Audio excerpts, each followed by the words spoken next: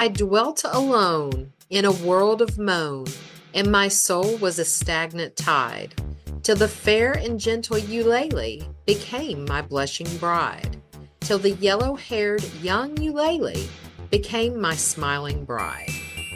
Greetings, Poe fans, and welcome back to our degree episode. I am Carmen Bolden. And I'm Jeannie Smith. And we are the Potastic Potastic Two. I was wondering, I was like, are you going to say it? Come on. Oh, yes. I was queuing with you. Yes, we're queuing. We're queuing it. So, you might ask, why are we talking about brides in May? Well, this episode may not air today, but we want to say happy anniversary to Edgar and Virginia. They were married May 16th, 1836. Yeah. So almost, let's see. It's almost I don't want to do 200. math. I think it's Yeah, almost. I think it's 189. 178. I think this is their 170. Wait a minute. The 89th. No, 177th, because next year would be 178th. Well, but it was 30, 36. So you Yes, minus because 10. yeah. So no, not next year would make it. We still need 10 years because it'd be Right. That's what I say, 189. Yeah, one set. Yes, never mind. okay. You said 1836, right? Yes. Okay. So that would be 64 plus 100 plus 25. Yes. So you're going to do the math. Yes. Because I was, well, I me- was, and I got I meant to, sidetracked. Hang on. I meant to subtract it all before we started. So 1836, right? Uh-huh. Minus, and it's 2025.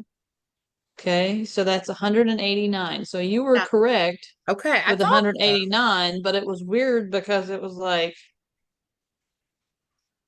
yeah, because next year means that would be 10 from 200. Correct. Yes. Good Lord. Yeah. Math. Math. Ah, The maths. and it is the end of the day. But yeah, I Exactly. And it's Friday.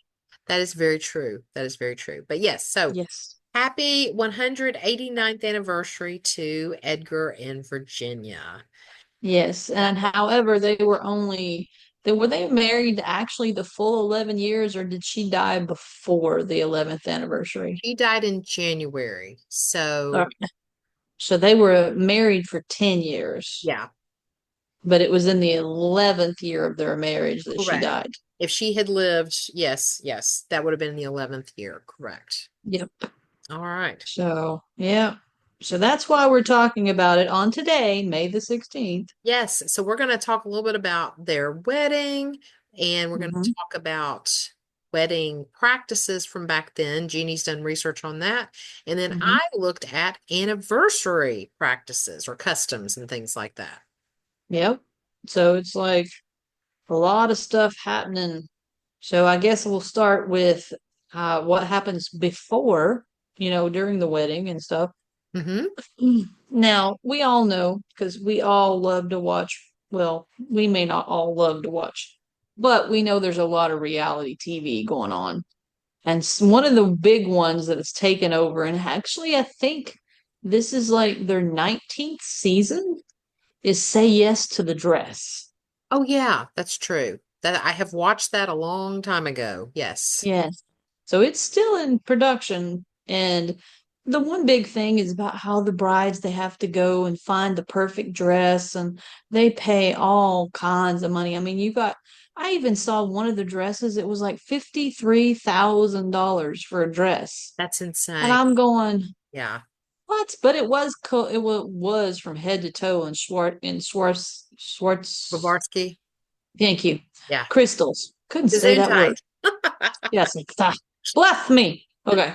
So, but back in the 19th century, in the 1800s, you didn't have all that pizzazz. You didn't have all those with people and these giant weddings and people on the groom side, people on the bride's side, and everything. It mostly was just a symbolism of commitment Yes. and new beginnings. Mm-hmm. Now, the wedding dress, it's pretty much they just picked a dress. Yeah. It was like a Sunday best kind of thing, That kind of makes like a sense. church type dress. It wasn't white or anything, it was just a That came dress. later, not too much later. Exactly. And the budget constraints were very much in place because it wasn't a lot of families with a lot of money all the time. Yes, absolutely. Money was very tight. It was impractical for them to spend large sums of money, especially on a wedding that most of the time wasn't based around love. It was mostly convenience. Convenience or marrying to collect a dowry and business associations and things like that. Yeah, In a because it was a business yeah. deal. Yeah. It's like one would sell their daughters to another to bring the families together. Hmm. Now, it was in the summer of 1840, over 200 people crammed in the family home of Catherine M. Noble Davidson to watch her wedding. Hmm. Catherine wrote her friend a description of her appearance during the ceremony. Her dress was white satin, very rich and thick dead white. The bosom made with folds across, with one row of shell trimming around the neck, two rows on the sleeves. The skirt with long, without any trimming, deep blonde on the sleeves.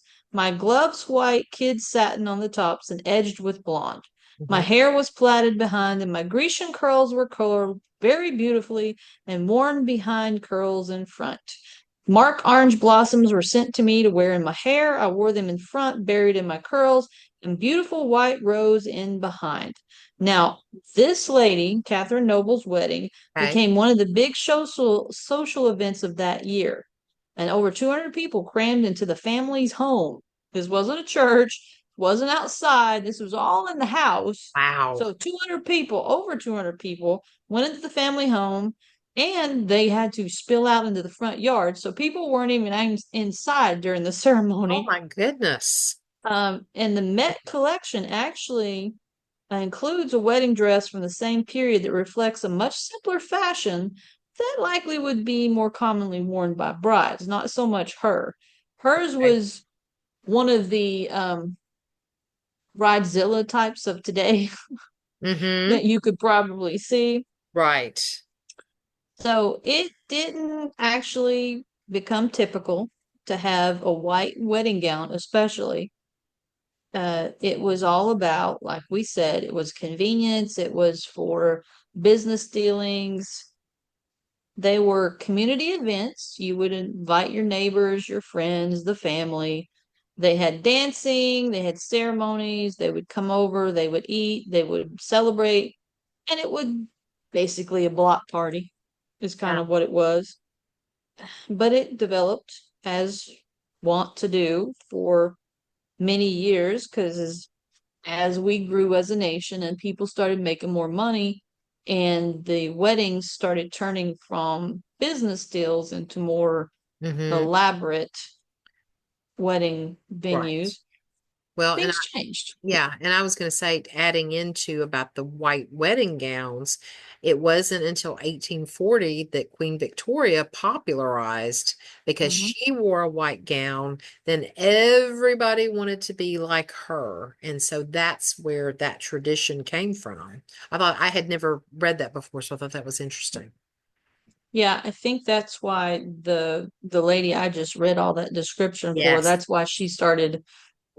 why she made such a big deal about what she was wearing Yeah. and why it's part of one of it not specifically, but why the wedding gowns are part of the Met collection Yeah, that is makes because of sense. Queen Victoria. Because Yeah. we actually discussed this, because after Prince Albert died, Hmm. then that's when she started wearing all black.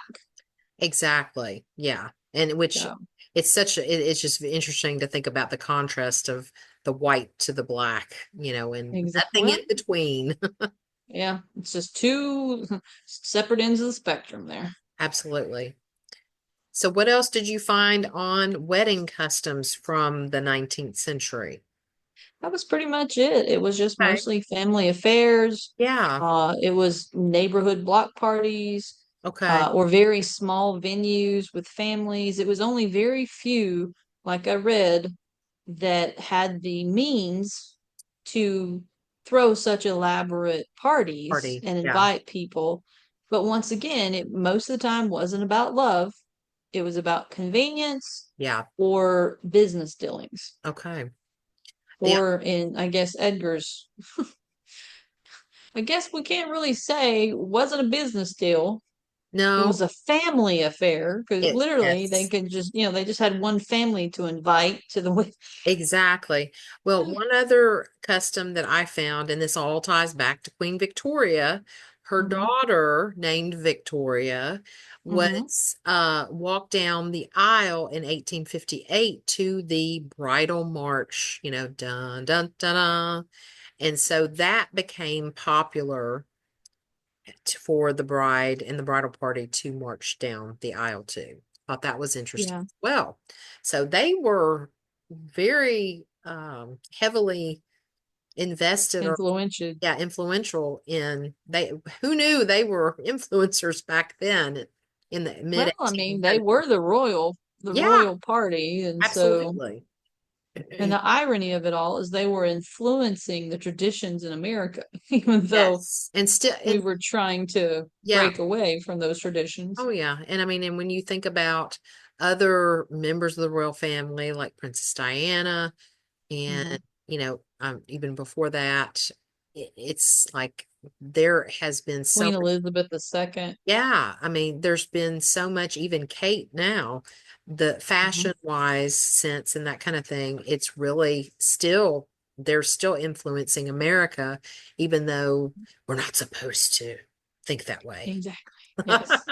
We're not supposed to be influenced by the British royalty. Exactly. Well, there's a whole lot of there was a lot more information about Edgar and Virginia's ceremony for their wedding and everything than I kind of anticipated. I knew a few things, just basic things, but digging into this, it was really interesting. So we already kind of knew he was 27. She was Hmm. actually 13. And there is debate about where the ceremony took place based on two different people's eyewitness accounts, letters, and things like that. And so Yeah. one of the accounts was that it took place at Mrs. Yarrington's boarding house on 11th and Bank Streets. And so Mhm. the other one was the house of Amasa Converse at 8th and Franklin Street. And it to me it makes more sense that it was here because Amasa Converse married them. Yeah. But he could have this other family could have said, "Oh, we want you to have, how for our home to have the wedding ceremony." And then he came over to the house. So I mean, who knows? True. And then that's the thing. I mean, it could have taken place to where they had the ceremony at that, say his name again. Amasa Converse. Thank you. Yes. At his house, and then they went over to the other house for like a reception type event. Yeah, absolutely. And that, Jeannie, that could very well be the case. I would Yeah, not doubt that at all. But yeah, because, yeah, so he performed the ceremony. He also was an editor for the Southern Religious Telegraph. And so, hmm, so he also was an editor, so he had that in common with Poe, or I should say Edgar, since we're talking about the Poes. yes, And both the pose. So yeah, yes, we need to talk about, yeah, yes. As we're, I think, naming this episode, Here Come the comes the Poes. pose. Oh, okay, no. Yeah. And so so Amasa Converse was Presbyterian. So I guess Yes. in essence, the ceremony, when you have to infer from this, would have been like if I'm assuming that there probably was some religious verses, something, Bible verses read possibly. So it would have been more of a Absolutely. Presbyterian, especially from that time frame. And that just makes perfect sense. Well, and if you think about it, if this took place in, well, Virginia is considered part of the South, Mm-hmm. because it was well, it actually was the colony with the first British. Yeah. Uh, so yeah, religion I think would definitely have it. They would have a lot of uh, scriptures being read Mm-hmm. and that kind of thing because those were the actual, isn't it the wedding? I can't remember it, but in the Bible, what's it called? It's an actual part of one of the scriptures is the actual wedding. Like, do you promise to? Oh, yeah, like the vows and things. Thank you. Yes, There yes, is actually a part in the yes, Bible that there actually is. has the vows. I Yes, don't remember what book of the Bible it is. I was going to say, do you want to look it up while I keep I talking will. about some things? Yeah, you So, keep going on about the anniversary or whatever, and I'll look up. yes, because that's a really good point, Jeannie. That'd be kind of a good Mhm. note to mention. So Amasa Converse kind of wrote about remembering Virginia as a bride, and so from quoting from him, he said she was polished, dignified, and agreeable in her bearing, possessing a pleasing manner, but very young. And part of the reason that is that since Virginia's father had died a few years before Edgar and Virginia were engaged and were here to the ceremony, um, the father could not consent because he wasn't around.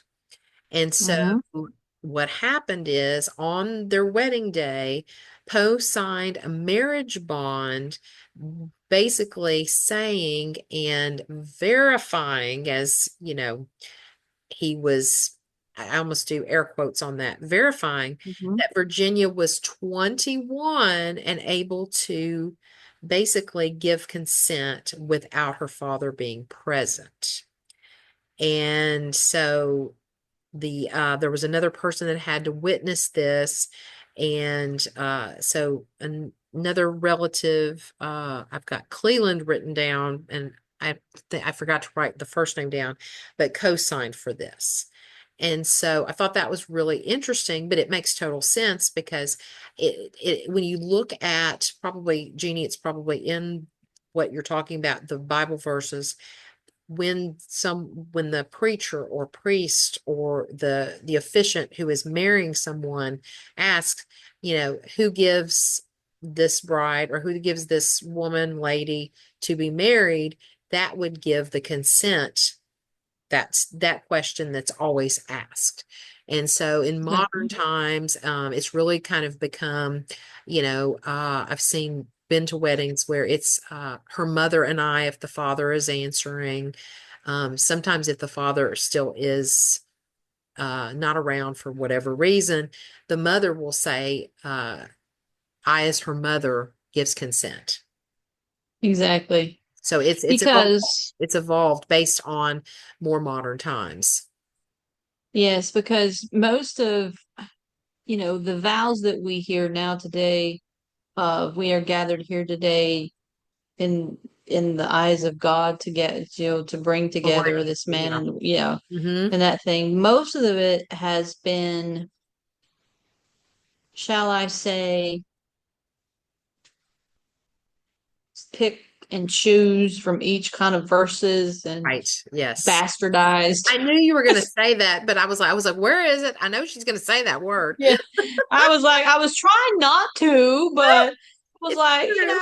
was Yeah. it? Well, So they have bastardized a lot of scripture verses. right. Well, yes, and some officiants, depending on if it does have a religious aspect or not, they write their own. It is loosely based on the traditional sense of the word from the Bible, but Mhm. and some people still use straight from the Bible. It just depends on what religion, and those kinds of things. Yeah, and the thing of it is they take it's based on some of the same things is that you leave behind your mother and father and you become one with your husband or wife. Exactly. So Hmm. that and then you have the other things to honor by all, marriage kept pure, Hmm. that kind of thing. So it has its basis in Christianity by using the scriptures Right. to help. So yeah, I can see where it may not have been predominant in their wedding Right. vows, but I'm pretty sure that whomever married them, doctor or not doctor, what was his name again? Asa Converse. Thank you. Converse. I'm just going to call him Converse. Think of tennis shoes. Think of tennis shoes. Yes, tennis shoes, It's spelled the Converse. same way. Yeah, so Converse probably did pull out some scripture to read during the Absolutely. Yeah. wedding, and it was a staple and probably is still a staple Hmm. in most Christian marriages. Yeah. Did you Um, find that information? well, like I said, the only thing they had was like the different scriptures that they pulled out from. So, Okay. and Okay. I swear I thought there was a part in the Bible I thought so too. that, had that. So you keep talking, I'll keep Okay. looking because I Well, know it's in here somewhere. I agree with you, and that's not something that we had thought about looking Hmm. up and in our research. So this is the interesting thing is they had several guests attend this ceremony. And so obviously Virginia's mother, Maria Poe Clem, who everyone knows as Muddy, Poe's Hmm. boss at the Southern Literary Messenger, his name was Thomas White. White's daughter, Eliza, also attended. There was a pressman, and this was the man who co-signed. I knew I had written down his name, his first name, in another spot. This was the man who co-signed verifying Virginia's age for consent. And his name was Thomas W. Cleland, and then his wife, and the wife's name wasn't mentioned in my research. Uh, the Oh, okay. the printer of the messenger, William McFarlane, attended. There was an apprentice in the messenger's office named John W. Ferguson. He also attended. The boarding house owner where Poe lived, Mrs. James Yarrington, attended. And then one of Virginia's friends, Jane Foster, was also there. There were some others, but those were the most noteworthy of the guests that attended. And one of the things that Jane Foster said about Virginia was she had on a new traveling dress and a hat. And so that's what she wore, and that they ate wedding cake that was baked by Muddy. And so they did have a wedding Cool. cake. So I thought, well, that obviously was something that was traditional back during the early to mid 1800s, because you kind of wonder where some of these wedding customs come from, or how long or how old they were. But so a wedding cake was appropriate. Now I've got like the wedding cake in the background, and that's more of a modern one, but just it's kind of interesting. Well, and it makes sense because with food, that would be something that they could use as a celebration because, as we Yeah. talked about before, birthdays weren't a big celebration No, either. no. And it was very small and those kinds of things. So, yeah, I can see where being given a cake, especially made by Muddy, Yeah, would be very special in its own right. absolutely. Yes, absolutely. It'd be like her giving her blessing, so to speak. Yeah, her blessing, and Hmm. just congratulations, and just for the celebration in itself. Yep. So, any information, Jeanie? It's just that most of these they're religious vows, but they, like I said, they just joined together different scriptures and made it themselves. Like, dearly beloved, we're gathering here today in the sight of God and the presence of these witnesses to join bride and groom in holy matrimony and instituted by God and signifies the mystical union between Christ and his church. So basically, it's considered as the beginning before the prayer. Okay. So it's not specifically found in the Bible, Mm-hmm. but it is scripted from the Bible. Does that make Right. sense? It does make sense. Yes, Yes. absolutely. Although I can't think of that without thinking of Prince. Oh, Oh, dearly beloved, we are oh, gathered here today. Okay. yes. Hey, it was a great song. I'm Yes, just it saying. was. Absolutely. So the other information that I found that was about the wedding, this was actually after the wedding, that Edgar and Virginia did go on a honeymoon. So honeymoons were something that happened, and I did not look up if honeymoon was the actual term they would have used, or if it was just a let's get away, we're married, let's travel for a short period or whatever. And so, but Okay. they went to Petersburg, Virginia, and they stayed at the home of a magazine editor named Hiram Haynes. And it was said that they took a train to Petersburg, Virginia for the honeymoon. But then I Mhm. found some conflicting information that said that in this particular area that the railroad wasn't there until 1838. So how did they really get there?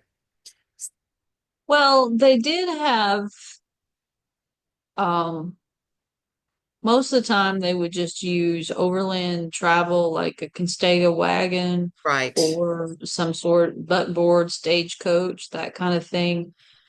However, there were some rails. They were right. small little things, but yeah, they did That's kind of what travel I figured like they might. B&O, the Baltimore and Ontario. I Uh, think it was Baltimore to Ontario or something. The okay. B&O Railroad I Yes. know has been around. I think it's one of the oldest ones. Yeah, Jeff, my husband, would know that answer because he is a train aficionado. He knows a lot about trains. Now I'll look that up in a minute. I'm Okay. found the origin of the word honeymoon. Oh, nice. Very perfect. It is thought to have originated in medieval times. At the time, it was common for newlywed couples to drink mead, which Uh-huh. is a fermented beverage made from honey, for a Yes. moon cycle 30 days after their wedding. This tradition was believed to bring good luck and fertility to the couple. Okay. These days, a honeymoon is typically seen as a romantic vacation taken by newlyweds, Mm-hmm. chance for a couple to spend quality time together and get away. So honeymoon meant that you would drink honey for 30 days after your wedding. Okay. So that kind of makes sense. I like that. And so they're saying around about 1546 that term involved to refer to a post-wedding vacation around 1791, according to the Oxford English Dictionary. Okay. So it originated with the name in 1546, but became more of a modern, what we think of a getaway in Mm-hmm. 1791. So it would have been called their honeymoon. Yes, it would Okay. be called their honeymoon, Nice. Okay. and then while you keep going, while I look up now the railroad. All right. Well, and I'm going to move away from their actual wedding ceremony and honeymoon because that's all of the information that I could find about them getting married. And Now so, they got married in 1836, right? Yeah. yes, uh-huh. May 16th, 1836. Okay. And Just making so, sure. Go ahead. yeah, so Jeannie looked up wedding customs of that time frame. Mhm. I looked up wedding anniversaries of customs. and traditions. So the what I found is that, believe it or not, wedding anniversaries kind of go back to ancient times, but there's not a whole lot of evidence about like gift giving between husband and wife. Like Right. how nowadays, you get your spouse, a present, based on just based on the day you're celebrating your wedding anniversary, and and some people get gifts based on the list of paper is the first year, but then you can kind of go to the big ones like 25th anniversary is silver, 50th anniversary is gold, and so forth and so on. And so, Mm-hmm. but around 1811, this is possibly German or Dutch tradition where silver or gold weddings were celebrated. And so, what that means is the couples would kind of renew their vows on their 25th, making it silver, 50th, making it gold. And so, I thought that was kind of neat.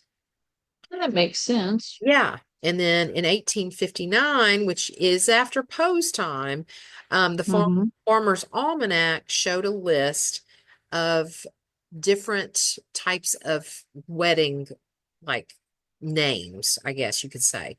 So, Yeah. month of marriage was called a sugar wedding, and 1 year was a paper wedding. So that's kind of where all that began for the kind of, First year, yeah, the paper. yeah. And so I thought the sugar was kind of interesting. But you know what? That ties in now that we know what honeymoon means: honey, sweet, Mm-hmm. sugary, with one Yep. month, 30 days of the moon cycle. So hey, we tied it all together, Jeannie. Didn't even know we were going to do Yep. that. Hey, we know. Oh, and it's Baltimore and Ohio Railroad. It's not Ontario, it's Ohio. Now, it was completed on February the 28th, 1827, but it wasn't until Christmas Day, 1830, when the South Carolina Canal and Railroad Company completed the first mechanical passenger train, that the modern railroad industry was born. Gotcha. So it was 1830. Okay. So, and it's by 1835 that there were dozens of local railroad networks that had been put in place. So they would So have been able it's to take a local train to a probably a spot. from Richmond Yeah, to Petersburg. Yeah. yeah. So it wouldn't have been a far reach to say that, yeah, they probably just hopped a passenger train Yeah. uh, Okay. for that small distance. Okay. And so I'm kind of going through, even though this is past post time, I thought it was Hmm. interesting for people that might like this kind of information as well. So then by the 1920s, like the big anniversary parties were formed. Think about the jazz age of the 1920s. That makes Hmm. total sense. And this is now American customs. And Right. or I'm sorry, no, big anniversary parties were frowned upon as seeking gifts. Now, they would have big Hmm. parties, but they did not want people bringing gifts unless it was celebrating a silver or golden anniversary. So, somebody that was married for 9 years might have a big party, but it was more about food and probably drinking and dancing and games and things like that in the 1920s. Yeah, just a normal get together, a family affair type of Yeah, thing. exactly. And so, and again, that was, going into what America did with anniversaries. And then Yeah.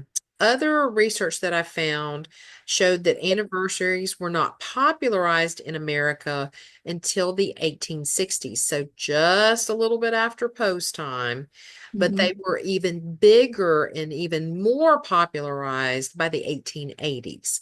So during post time, they might have, the day of, wished each other a happy anniversary, but it wasn't like what we do now. And it makes sense because if you think about it, the mortality rate Hmm.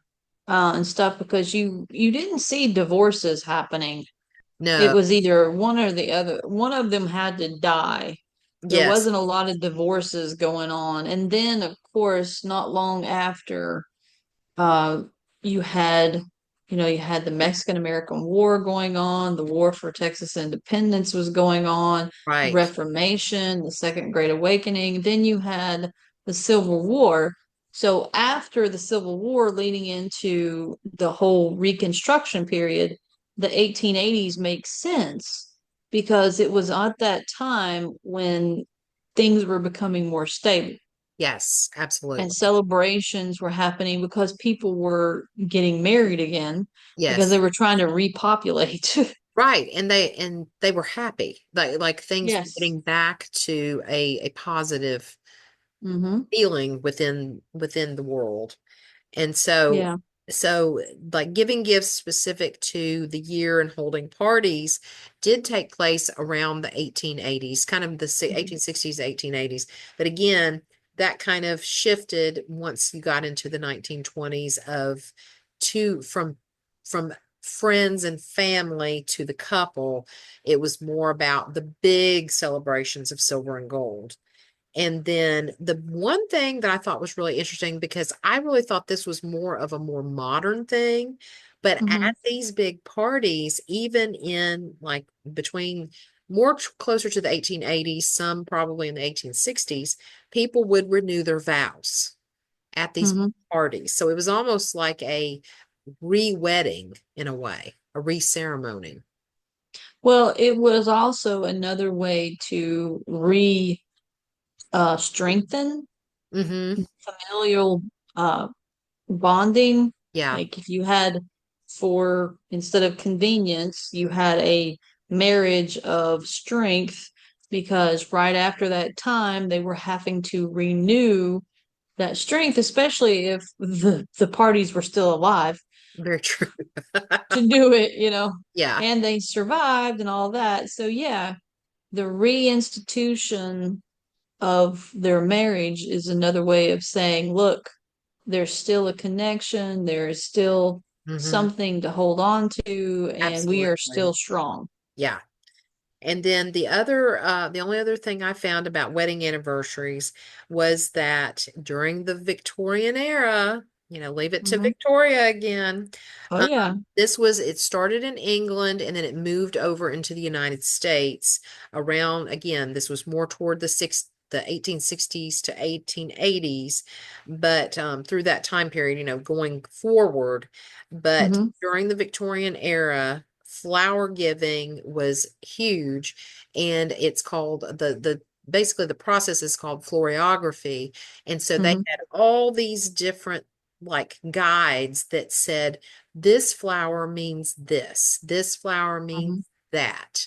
And so you if you're especially if you're sending flowers to a couple that are renewing their vows, having these wedding parties, Hmm. I would not send something that means death, or you know those types Or of. belladonna that you want them to die. Exactly. Yeah. Exactly. I was You trying to think, because like, a lily is, peaceful, know. hopeful, that kind of thing.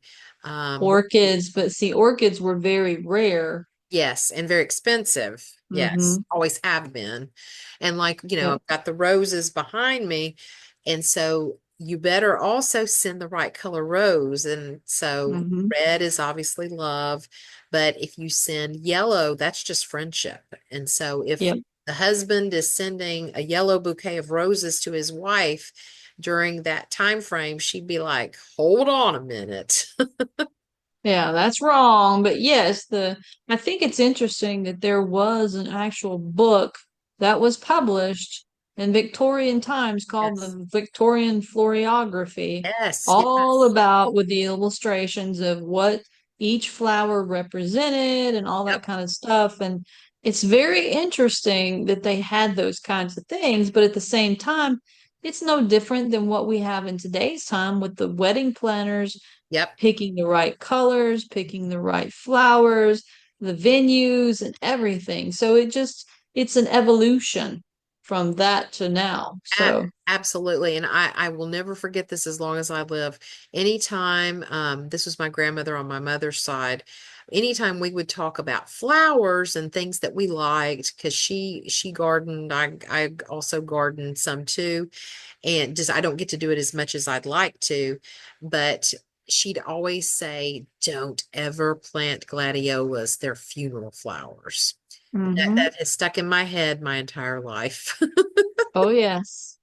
Yes, my grandmother tried to teach me how to plant flowers, but I was I was interested. I was interested more in the flower than I was planting them. Yeah. Yeah, And I get that. my mother, she wanted so badly because she loved roses and she loved to plant rose bushes and all this kind of stuff. But the poor woman could never grow any. Oh no. As soon as she planted, the next day it would die. Oh, that's She actually terrible. planted one time and it had started to bloom. And then my dad took it out with the lawnmower and I thought she was going to beat him with it. Oh, that's And terrible. he's like, I'm sorry, I didn't see it. I'm like, okay, Dad, Yeah, now you know. my mother was a great gardener, and it like everything she planted. She had rose bushes as well, but it just the yard was just absolutely beautiful. And so, My grandmother kept a chrysanthemum alive for over 2 years. oh Not a wow. chrysanthemum, a poinsettia, Okay. a Christmas poinsettia. That's impressive because those are hard to, I mean, Oh, they yeah. can come back, they will rebloom, but Yes, but I've tried. oh, It's very challenging. I asked her one day, I said, what do you do? Just scare it into living? Oh, I know. All right. So, while we're talking about flowers, I'm going to bring Mhm. something up because May 16th is also a very special day for me. And it also ties into a character in the book. I'm not going to give away too much, but today is my official release day for the Rosebush. Woo, Yay! I'm so yay. excited. And so, if you are interested for a gothic romantic tale that has tons of Edgar Allan Poe Easter eggs, go to Amazon.com and check out The Rosebush. It's on ebook, paperback, and hardback. Yep, So, yep. thank you, thank you, thank you. Yeah. So the rouge bush, which kind of fits because roses are a sign of love, and today would Yes. have been their 189th wedding anniversary. Mm-hmm. So, but you were talking about, and this is one cool thing, because most people, if you think about it in today's time, a 13-year-old, a 13-year-old getting married, Yes. thinking now, we probably at a young age, yes, we've thought about our fairy tale weddings and Right. all this kind of stuff. Um, that's something we would think about, but in the early 1800s, Yeah. I don't think it would be something that would have always been on her mind. So would she have had a lot to do with her own wedding, or was it something that maybe Muddy took care of for them I both? I would think so. Maybe she, it depending on because they didn't have a whole lot of money. Mm-mm. With she did have it said a new traveling dress. Um, Mm-hmm. the hat, it didn't say it was necessarily new, but you kind of wondered, did someone make the dress? Did Muddy make the dress? Was it bought? Did someone give it to her? You Right. really wonder, and we kind of wonder what color it was. There was an article that Jeannie and I both found from what it was Poe Museum 2015, that Right. a private collector had a few pieces of from the dress that they were going to have at the Poe Museum just on loan. Mm-hmm. We never could find out what actual color it was. I think Jeannie, what did it say? Was it vibrant colors? Yeah, it said vibrant colors here. I've actually, And that could have I think been, I've got it up here right now. oh, It perfect. said that tucked away in a private collections for nearly 180 years, two fragments of Virginia Poe's wedding dress have come to light and are on dis well, will been on display at Poe Museum. And this was in 2015. So we Yeah. don't know if they're still there or not. Or if the private collector So probably might still have them. right. So it says, long a source of public fascination, Poe's Child Bride, Virginia, has been subject to at least two novels, Hmm. which is that's cool. The Loves of Edgar Allan Poe and Edgar Allan Poe, and biographies and everything. It says, based on eyewitness accounts, the small private ceremony took place in the parlor, like you said. Um, so let's see. One of the wedding guests, Virginia's young playmate, Jane Foster, later recalled Virginia was attired in a new traveling dress and wore her hat. Hmm. And then, because I think you also read that already or Yeah. talked about that. Yeah. And I'm trying to find, oh, yes. It says, while modern viewers are accustomed to seeing white wedding gowns, many will be surprised to see how brightly colored Virginia's wedding dress actually was. Very cool. So it doesn't say what the colors were, I wish it but did. we know they weren't white. But Yes. here's my thing though. How, if they had been put up for all this time, Yeah. if they're still brightly colored, or you can tell what colors they originally were, they Mhm. had to be really bright to begin with. Yeah, because after all 180 this years time, yeah, it would have, unless they were just very tediously preserved, preserved, yes. yes, then yeah, they would have faded. It's if they were out in the natural light or sunlight, any of that kind of Yeah. air as well. And it says that these pieces were actually purchased from a descendant of Poe's sister's foster brother, John Hamilton Mackenzie. Okay. And then, according to the provenance, Mackenzie's mother-in-law actually paid for Virginia Poe's wedding dress. Okay. There's Yes, that from answer. which the Okay. fragments were taken to be sewn into a quilt. So they actually sewed them into a quilt and then they were removed from the quilt. Mhm. Oh, I wish they would have kept it intact. Oh, Yes. But that's the thing. It's 180 years, and yeah. back then, as we've been talking about, weddings weren't as revered as Yes. they are now. So Mhm. it's good that there was a little piece of that left. I know. I would love to see it. Maybe it'll come back to the Poe Museum. Or you can maybe contact the dude that still bought it in 1992, because I think he still has it. He's the one that put it on loan. That's true. We may just have to do that. Yeah, exactly. You Yeah, never know. that Wouldn't hurt to ask. that's right. That is so right. Well, I think that's all the information I could research up.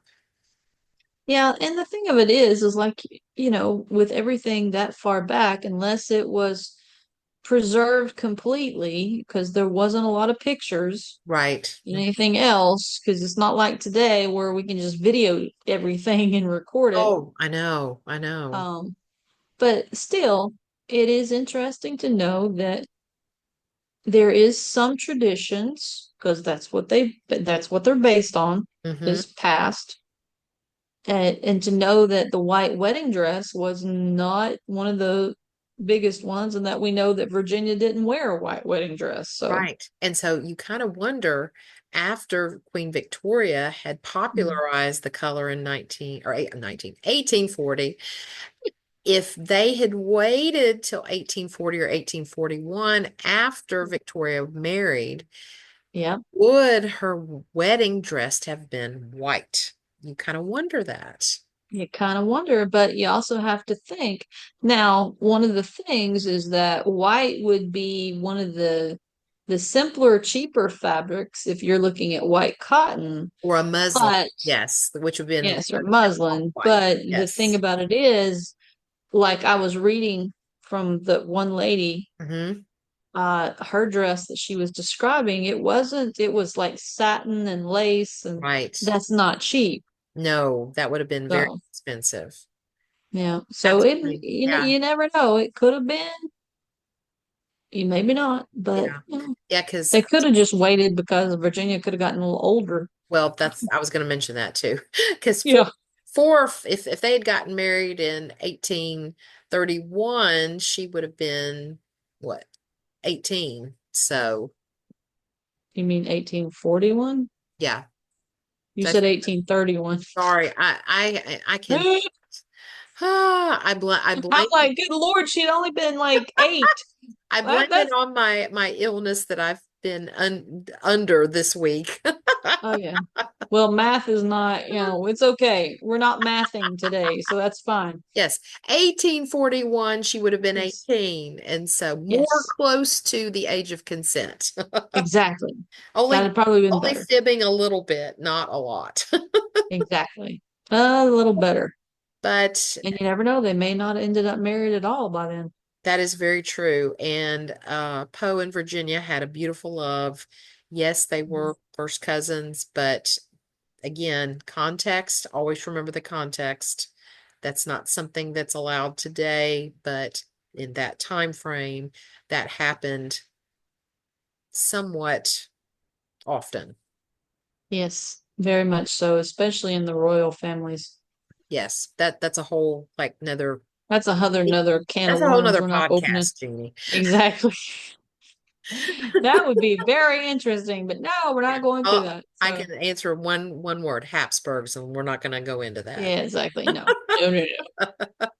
All right, no, but happy anniversary to Edgar and Virginia. Yes, happy, Maybe they happy, got happy their happy anniversary. ever after in heaven. So Absolutely. And they are buried together. So, finally, yes. it took 30 years or something. Oh, it took way too long, way too long. Yes.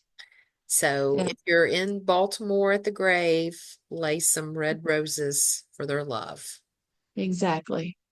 So, and on that note, we are Yar, po, Poe. out. For the moon never beams without bringing me dreams of the beautiful Annabel Lee. And the stars never rise, but I feel the bright eyes of the beautiful Annabel Lee. And so, all the night tide, I lie down by the side of my darling, my life and my bride, in her sepulchre there by the sea, in her tomb by the sounding sea.